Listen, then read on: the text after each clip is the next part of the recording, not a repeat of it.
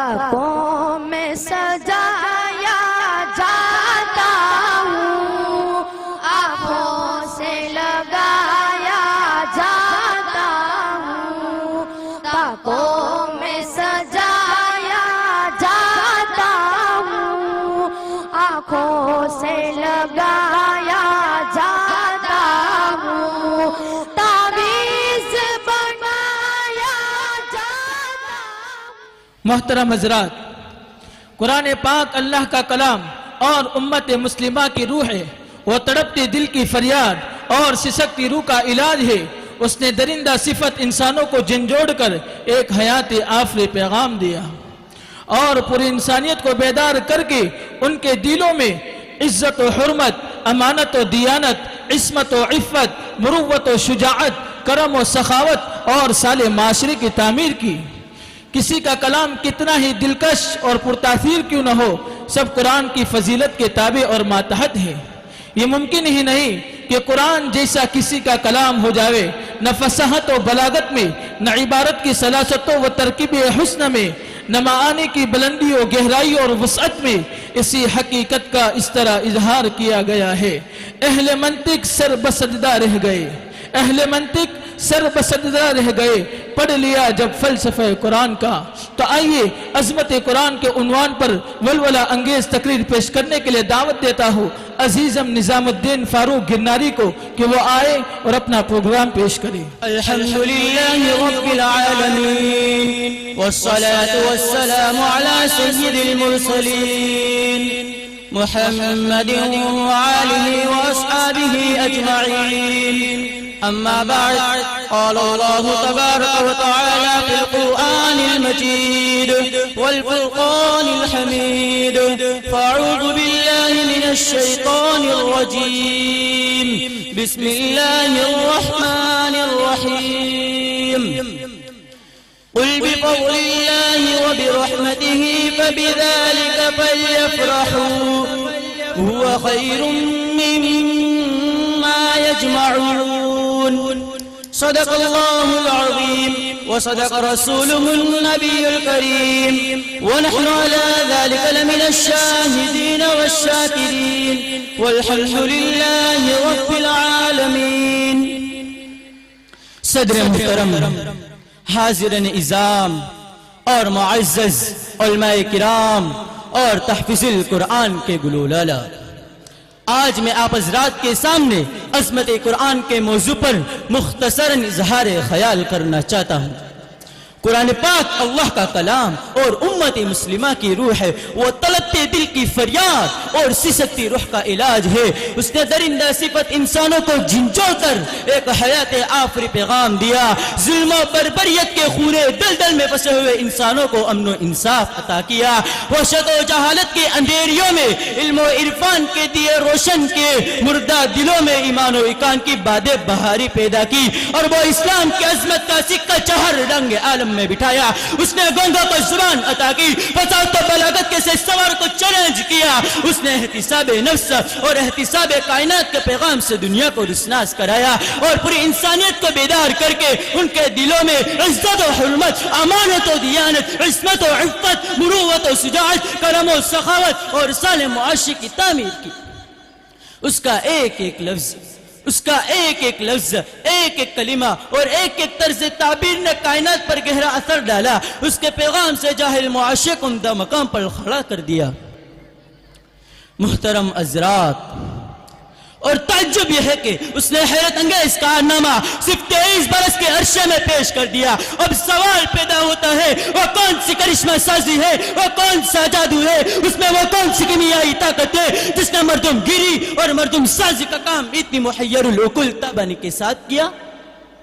دراصل بات یہ ہے کہ قرآن کریم کے متعلقات اتنا عظیم و بلند نتیجہ خیز ہے جن کے آگے رفعت و بلندی کا تصور ہی نہیں کیا جا سکتا، جن کی شوکت و سلطنت اور قوت و عظمت کے آگے کائنات کا ذرہ ذرہ جبین عقیدت خم کرتا ہے۔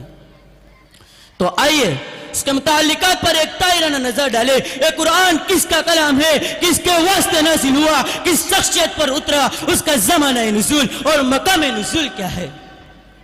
قرآن کریم اس واجب الوجود کا کلام ہے جو تمام صفات کمالیہ کا مستجمع ہے، جو بادشاہوں کا بادشاہ، حاکموں کا حاکم، آقاؤں کا آقا، ازل سے ابد تک جس کا سکہ چہر رنگ عالم میں جاری ہے، جن کی اجازت کے بغیر کوئی درخت کا پتا تک نہیں ہل سکتا، مرغزاروں میں سادہ بھی نہیں آ سکتی، خزار سیدھا چمن میں بار نہیں آ سکتی، جن کی خدائی کے آگے تمام مخلوق ساکت رہتی ہے، جن کی تعریف و توصیف کی کسی قلم و زبان میں طاقت ہی کہاں ہے تو کسی شاعر نے کیا خوب کہا ہے۔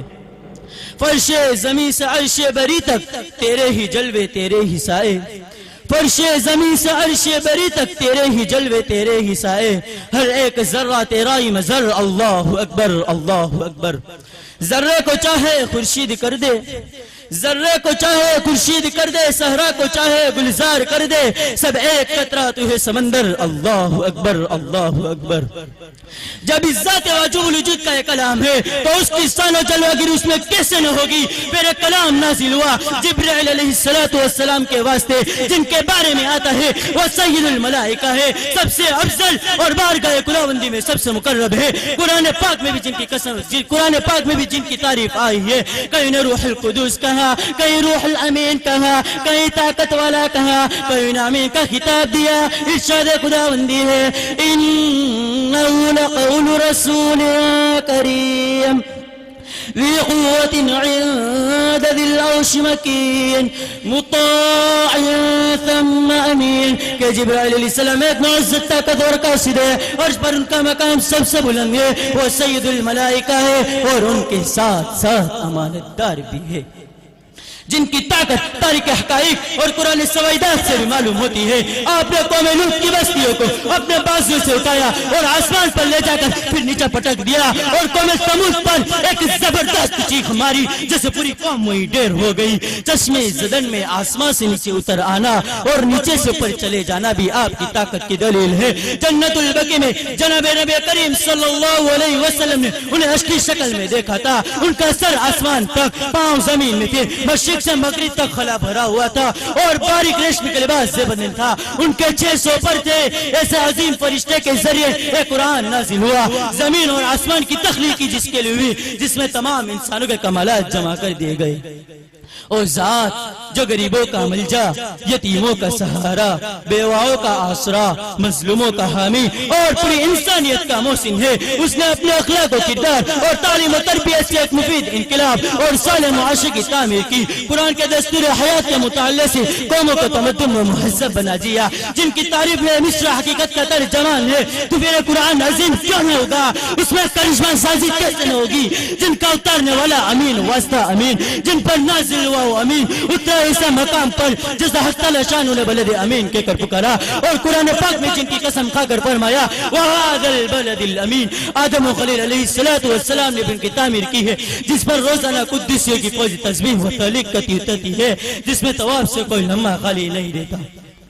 ایسا زبردست شہر ہے جہاں ایک نماز پڑھنے سے 1,00,000 نمازوں کا ثواب ملتا ہے۔ اس سرزمین سے جب جناب نبی کریم صلی اللہ علیہ وسلم مدینہ منورہ ہجرت فرما رہے تھے تو آپ صلی اللہ علیہ وسلم کی آنکھوں میں اشکوں کا سیلاب تھا، اور کعبۃ اللہ پر آخری نظر ڈالتے ہوئے فرمایا تھا کہ سرزمین مکہ تو مجھے روح زمین میں سب سے محبوب ہے، اگر میری قوم مجھے نہ نکالتی میں تیرے علاوہ کہیں رہنا پسند نہ کرتا۔ اور مدینہ منورہ میں بھی قرآن نازل ہوا جو آپ صلی اللہ علیہ وسلم کا پسند فرمودہ تھا۔ محترم حضرات، اس کے نزول کے لیے وہ مہینہ منتخب ہوا جو تمام مہینوں سے افضل، جس مہینے میں نفل کا ثواب فرض کے برابر اور فرض کا ثواب 70 گنا بڑھا دیا جاتا ہے، جس مہینے میں مومن کا رزق بڑھا دیا جاتا ہے، ابر کرم پوری قوت سے برستا ہے، رحمت خداوندی اور فرد بشر پر سایہ فگن ہوتی ہے۔ اور فرمایا شہر رمضان الذی انزل فیہ القرآن، اور اس مہینے میں بھی اس رات کا انتخاب فرمایا جس رات کی عبادت کا ثواب 1000 مہینوں سے افضل قرار دیا۔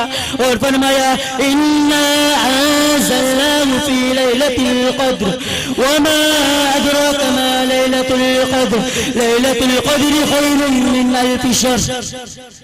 یہی وجہ ہے کہ قرآن اتنا عظیم ہے، اس میں علم و معرفت کے خزانے بھی ہے، تجارت و معاشیت کے اصول بھی ہے، اور تمدن دنیا کے لیے ضابطۂ اخلاق بھی۔